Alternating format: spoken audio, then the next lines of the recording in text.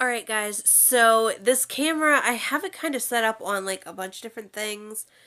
Um, I admit it, I'm lazy. I didn't feel like going to get my tripod, but this is a TTC update. I just had my follow-up appointment, like my post-surgery, my post-DNC appointment, and I'm excited to say that we are officially allowed to start trying for our rainbow baby. Um, a couple of things is we got put right back on the letrozole, so that's awesome. She didn't make me do any natural cycles this time, just because it did take us 2 years to conceive Austin. She wanted to just jump right into it and get things rolling again, and didn't really want to waste time on like trying to see if I naturally conceived again. Um, and oh, this is driving me nuts. After I had talked to her, I asked her a couple of questions, stuff like that. She said I will most likely be high risk, just because I did have that miscarriage later on, out of the second trimester, pretty much, or out of the first trimester, sorry. Um, the missed miscarriage happened at 15 weeks and 4 days. We didn't find out until 18 weeks and 3 days. So, it was a later on pregnancy loss. So she's going to consider me to be high risk, and she said starting like as soon as we confirm a pregnancy this next time, I will be put on like progesterone suppositories just to kind of help see if we can prevent anything. But I am on the letrozole 2.5 milligrams. I start taking it tonight because today is actually cycle day 3. I started my cycle, perfect timing. I started my cycle on Tuesday, so Tuesday, Wednesday, Thursday, and cycle day 3 is when I had my follow-up appointment. So that was like perfect timing.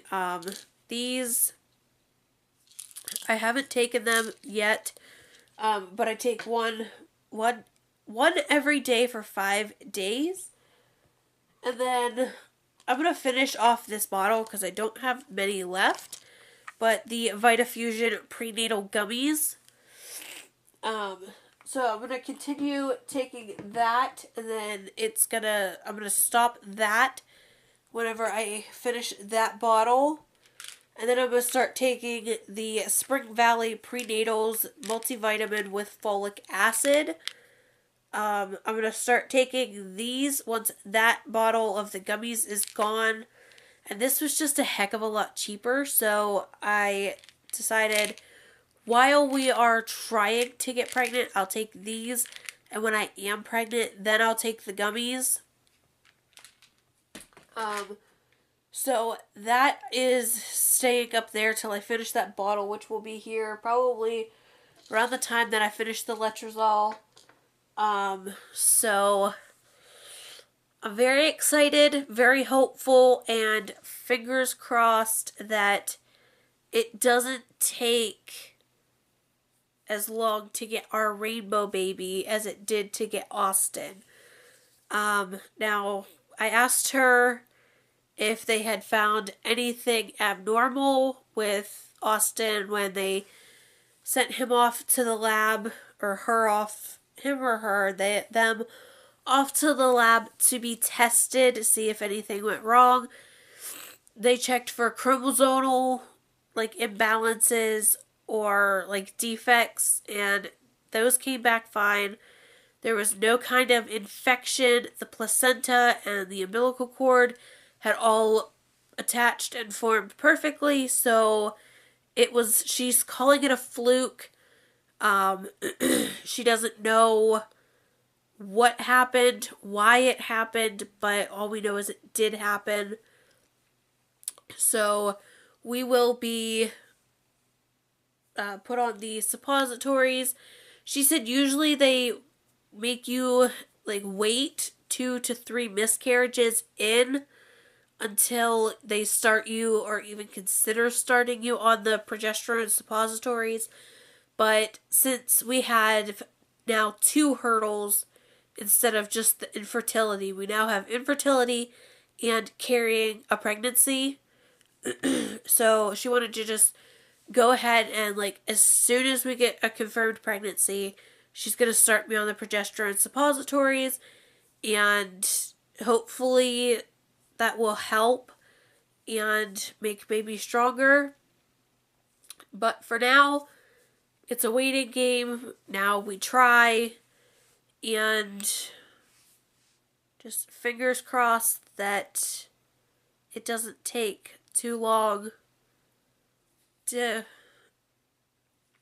conceive again, because it did take us, it was like 2 years, 2 months, and 1 day, to the day almost, that it took us to conceive Austin, and it was really hard.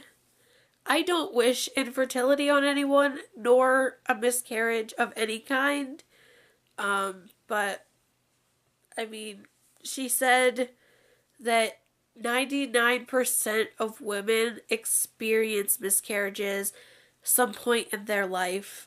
She said it's just part of the course, and a lot of times there's nothing you can do about it.